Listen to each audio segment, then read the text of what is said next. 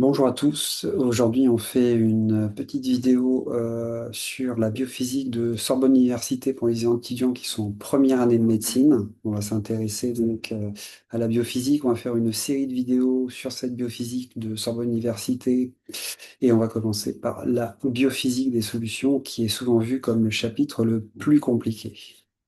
Donc aujourd'hui, on va s'intéresser en particulier à une annale de 2018, QCM 16 de cette annale, et on va regarder un peu la notion de molalité.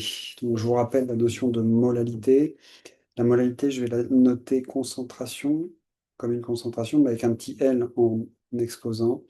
Et donc, vous rappelez que la molalité, c'est la quantité de matière d'un composé sur la masse de solvant en kilos. Donc, évidemment, on utilise des solutions aqueuses, donc le solvant, en général, évidemment, ce sera l'eau, dont la masse volumique, vous en rappelez, masse volumique de l'eau, c'est 10 puissance 3 kg par mètre cube, mais c'est aussi 1 kg par litre et aussi 1 gramme par centimètre cube. Donc ici, on s'intéresse à la notion de molalité, c'est-à-dire la quantité de matière d'un composé divisé par la masse de solvant en kilos. Et là, on travaille sur une solution alcoolique. On nous définit ce qu'on appelle le degré alcoolique, qui est le rapport volumique entre le volume d'alcool pur et le volume de la solution. Ici, c'est 12. Donc en gros, ça veut dire qu'il y a 12% d'alcool pur dans cette solution. Ensuite, évidemment, vous arrivez sur cet exercice, il y a quelque chose qui vous embête, c'est que vous n'avez pas vraiment de volume. On ne vous parle pas du volume sur lequel vous devez travailler. Donc ça, c'est un truc assez général à Sorbonne Université. Quand vous êtes dans cette situation, eh bien, quand on vous parle souvent de concentration par litre, vous allez travailler. Donc on décide de travailler sur 1 litre.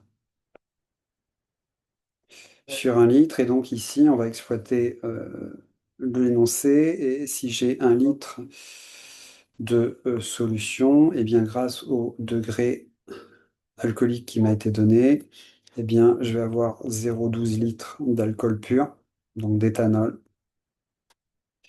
Et pour compléter jusqu'à 1 litre, je vais avoir 0,88 litres d'eau. Donc là, je suis assez content puisque j'ai déjà le volume d'eau qui correspond à 1 litre de solution. Donc le calcul de la molalité ici n'est pas très compliqué. Je vous rappelle qu'il va falloir prendre en compte ces 0,88 litres d'eau et en particulier leur masse. Et bon, de façon très simple, vous savez que 0,88 litres d'eau, ça fait 0,88 kg. Donc en gros, vous avez déjà le dénominateur pour calculer la concentration molale de cette solution alcoolique. Alors ici, on nous demande la molalité de la solution. En gros, ce qu'on demande, c'est la molalité de l'éthanol dans cette solution. Donc si j'en reviens maintenant à ce volume d'éthanol, vous avez 0,12 litres et vous voulez faire le calcul de la quantité de matière d'éthanol. De matière d'éthanol. Et donc, quand vous avez un corps pur comme ça, un corps pur liquide, ben, vous pouvez vous souvenir que la quantité de matière d'éthanol, à partir de la masse volumique et du volume, c'est la masse volumique de l'éthanol, que je vais écrire ETH, fois le volume, ici donc 0,12 litres, divisé par eh bien, la masse molaire de l'éthanol qui vous est donnée et qui vaut 46 grammes par mol. Donc, si on regarde tout ça, la masse volumique de l'éthanol, elle vous est donnée, c'est 790 kg par mètre cube, mais là, c'est pas du tout adapté à notre calcul, puisqu'on est en train de travailler sur des litres. Donc, je vous rappelle que c'est aussi, eh bien, tout simplement 790 grammes par litre. Et si vous avez envie de travailler en centimètres cubes, en millilitres, eh bien, ça serait 0,790 grammes par centimètre cube. Donc, à partir de l'expression de la quantité de matière de l'éthanol et aussi à partir de la connaissance de la masse de solvant qui correspond à 1 litre de solution, on va pouvoir calculer cette concentration molale en éthanol. Donc, du coup, la concentration molale en éthanol, ça va être tout simplement la quantité de matière d'éthanol divisée par cette masse de 0,88 kg, donc ce que je vais appeler la masse de solvant en kg, en kilogrammes. On a ça. Et n'oubliez pas, la quantité de matière d'éthanol, c'est, comme on vient de le voir, tout simplement la masse volumique de l'éthanol fois le volume d'éthanol divisé par la masse molaire de l'éthanol, le tout divisé par la masse de solvant en kilos, en kilogrammes. Voilà. Si vous faites l'application numérique, vous allez déterminer que eh bien, cette concentration molale de la solution, cette concentration molale en éthanol, c'est directement la masse volumique de l'éthanol qui vaut, donc on a dit 790 grammes par litre, fois le volume en litres 0,12, divisé par la masse molaire de l'éthanol 46 fois 0,88, la masse d'eau dans un litre de solution, ce qui vous fait 2,34 mol par kilogramme d'eau, puisque l'eau, c'est le solvant. Donc là, vous cochez eh bien, la proposition B et la proposition correcte.